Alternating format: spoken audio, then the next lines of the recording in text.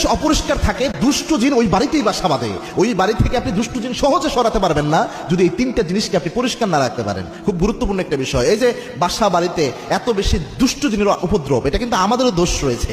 তার মধ্যে এক নাম্বার যে জিনিস অপরিষ্কার সেটা হচ্ছে রাতের বেলায় যে অপরিষ্কার আমাদের থালা বাসনগুলো থাকে, এই জিনিসগুলো আমরা অপরিষ্কার রেখেই আমরা কিন্তু ঘুমাতে চলে যাই। আলী রাদিয়াল্লাহু তাআলার কাছে একবার এক মহিলা এসে বলেছিলেন, আলী আমার ঘর থেকে অভাব তো কোনোভাবেই দূর হচ্ছে না। সেদিন আলী রাদিয়াল্লাহু তাআলা বলছিলেন যে তুমি কি তোমার ঘরে থালা বাসনগুলো অপরিষ্কার রেখে রাতের বেলায় ঘুমায় যাও নাকি?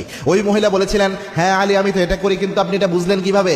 সেদিন আলী রাদিয়াল্লাহু তাআলা বললেন, তুমি যেমন যদি এগুলো অপরিষ্কার রেখে উন্মুক্ত রেখে ঘুমায় যাও, রাতের বেলায় দুষ্ট জিন এসে এগুলার মধ্যে বাসা বাঁধে, এগুলা খাবা, এগুলার মধ্যে মুখ লাগাই স্পর্শ করে। এই জন্য তোমার ঘরের মধ্যে দুষ্ট জিনের উপদ্রব বেশি হয়। দুষ্ট জিনের উপদ্রবের কারণে তোমার ঘরে কোনো বরকত তুমি খুঁজে পাচ্ছ না। খুব গুরুত্বপূর্ণ বিষয়। আপনি এই জন্য রাতের বেলায় যদি সব থালা বাসন মাজা সম্ভব না হয়, মিনিমাম ঠেকে রাখবেন ময়লা থালা বাসনগুলো, বা উল্টে রাখবেন, বা এমন ভাবে রাখবেন যেন ছড়াইয়া ছিটা না থাকে। পুরো ঘর ভর্তি আপনি শুধু ময়লা আবর্জনা রেখে রাতের বেলায় ঘুমিয়ে গেলেন, এটা কখনোই রাসূলের সুন্নাহ ভিত্তিক কাজ হতে পারে না। আল্লাহর হাবিব ঠেকে রাখতে বলতেন যে কোনো পাত্রটাত্র, এগুলা এটা রাসূলের সুন্নাহ ছিল। দুই নাম্বার হচ্ছে আপনার অনেক দিনের ময়লা জামা কাপড়, এগুলা যে বাসায় অপরিষ্কার পড়ে থাকে, যে আপনি ফালে রাখছেন তো রাখছেনই, এগুলোর মধ্যে দুষ্ট জিন এগুলোর মধ্যে নিজের শরীরকে মিশা, নিজে এগুলোকে স্পর্শ করে, এগুলোর মধ্যে দুষ্ট জিন স্পর্শ করে নিজের শরীরকে। এটা হাদিসের বর্ণনার আলোকেও পাওয়া যায়, এটা মারাত্মক বিষয়। তিন নাম্বার হচ্ছে ওয়াশরুম যে বাসায় অপরিষ্কার থাকে, ম্যাক্সিমাম তো এখন অ্যাটাচ বাথরুম বাসাগুলোতে, এই জন্য ওয়াশরুম সবসময় চেষ্টা করবেন ক্লিন রাখার জন্য।